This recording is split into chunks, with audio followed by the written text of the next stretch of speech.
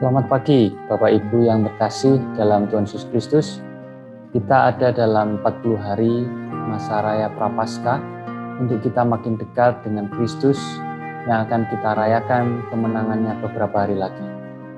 Hari ini kita memasuki hari yang ke-27 dengan merenungkan firman Tuhan yang diambil dari Roma pasal 12 ayat 12. Bersukacitalah dalam pengharapan, sabarlah dalam kesesakan, dan bertekunlah dalam doa. Ada 3 frasa, bersukacitalah dalam pengharapan, sabarlah dalam kesesakan, dan bertekunlah dalam doa. Bapak Ibu saudara yang terkasih dalam Tuhan Yesus Kristus, ayat 12 ini adalah ayat kunci yang diapit oleh bagian sebelumnya, yaitu ayat 9 hingga 11, dan bagian sesudahnya, yaitu ayat 13 hingga 21. Yang melalui keseluruhan perikop ini, Paulus sedang menasihatkan jemaat di Roma dan kita semua untuk hidup di dalam kasih sebagai inti ajaran dari kekristenan. Paulus sedang menasihatkan kita untuk memperdalam perjalanan spiritual kita mengikut Kristus, justru dengan berperilaku lebih baik dalam hubungan kita dengan sesama, dengan orang lain. Paulus mengajak kita di dalam kita mengasihi sesama, mulailah dengan mengasihi orang-orang yang terdekat dengan Anda. Dengan tulus, jangan pura-pura. Dalam mengasihi haruslah kita menunjukkannya dengan terang, dengan nyata, dengan dedikasi, penuh semangat melayani, bahkan sampai melakukan hal-hal yang detail dan praktis, seperti memberi yang berkekurangan, memberi tumpangan, berempati kepada yang sedang berduka, dalam kesulitan, tidak membalas kejahatan dengan kejahatan, dan seterusnya. Yang pada intinya Paulus mau mengajak jemaat Roma dan kita semua untuk melakukan ajaran Yesus itu sendiri. Bahkan sampai mengasihi musuh dan mengalahkan kejahatan dengan kebaikan. Bapak Ibu saudara-saudara yang terkasih dalam Tuhan Yesus Kristus, untuk dapat menggenapkan semuanya itu, maka dibutuhkan kekuatan yang amat besar. Yang pasti bukan dari dalam diri kita sendiri.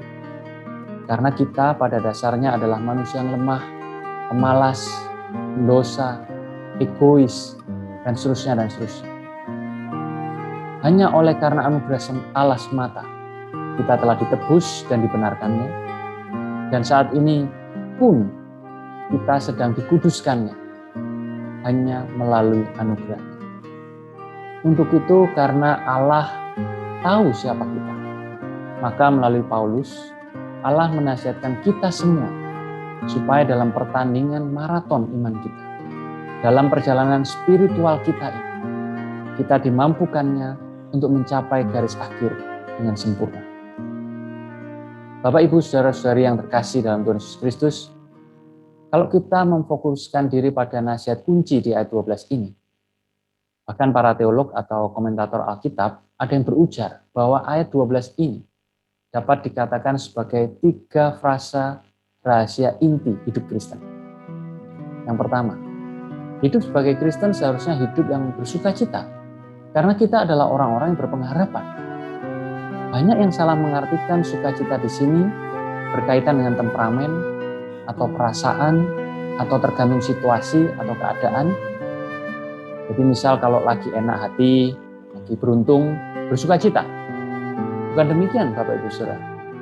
Bersukacita adalah tugas, panggilan kita yang harus kita kerjakan sebagai seorang Kristen.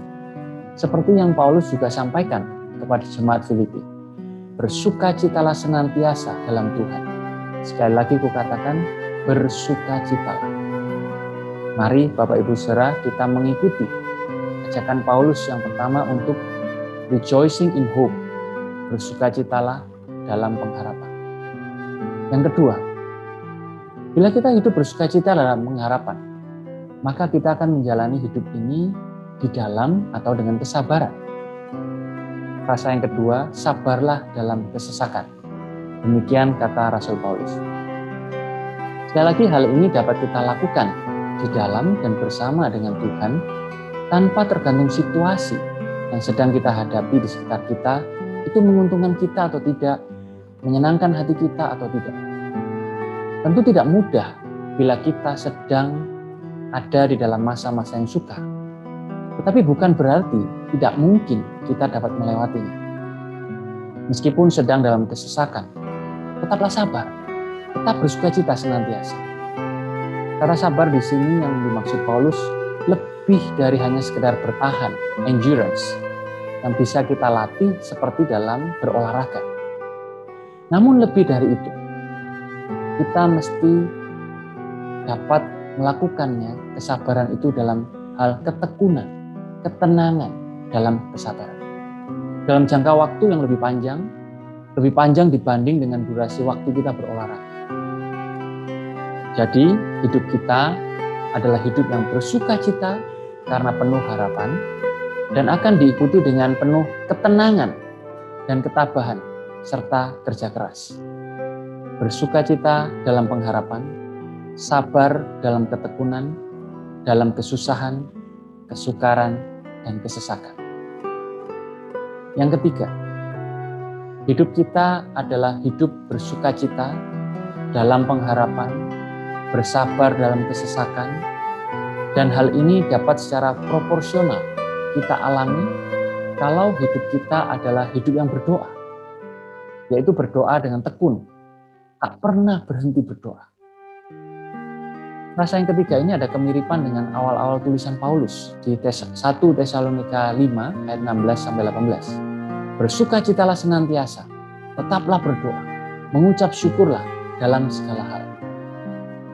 Bapak Ibu Saudara, kita dapat melihat di sini benang merah yang Paulus berikan, bahwa justru dengan kita berdoa tanpa henti, terus-menerus berdoa, mengucap syukur dalam segala hal, maka kita juga akan dimampukan oleh Allah untuk bersukacita senantiasa pula. Bukankah ada kemiripan dengan yang kita alami sehari-hari, Bapak Ibu Saudara? Bila kita curhat dengan orang yang kita percaya misal, hati bisa ada rasa plong, lega, karena sudah ada orang yang juga ikut merasakan beban kita waktu kita berbagi beban. Lalu kita bisa mulai paling tidak mengusahakan untuk bersukacita. Meskipun mungkin awalnya sulit, karena pandangan kita biasanya masih tertuju pada masalah, bukan pada adanya kemungkinan solusi terhadap masalah kita. Lalu pertanyaan berikutnya adalah, tekun berdoa, apakah berarti kita berdoa tiada henti, tidak terputus? Bisakah kita? Kalau yang kita maksud dengan berdoa adalah hanya mengutarakan kata-kata, kalimat-kalimat saja, tentu sulit. Atau tidak mungkin ya kita berdoa 24 jam dengan terus-menerus begitu. Tapi bukankah ada bagian dari berdoa, yaitu menyerahkan, memberikan sikap mental hati kita untuk setia, taat, berbakti kepada tujuan siapa kita berdoa.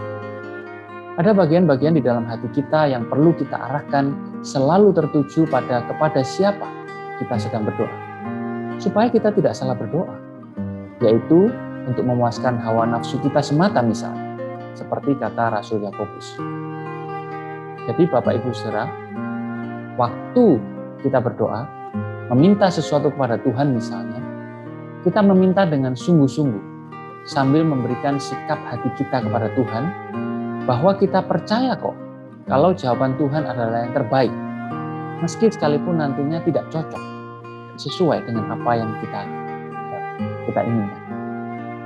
Mari Bapak Ibu saudara-saudari sekalian, di hari yang ke-27 masa Prapaskah kita hafalkan dan hayati Roma 12 ayat 12 sepanjang hari ini.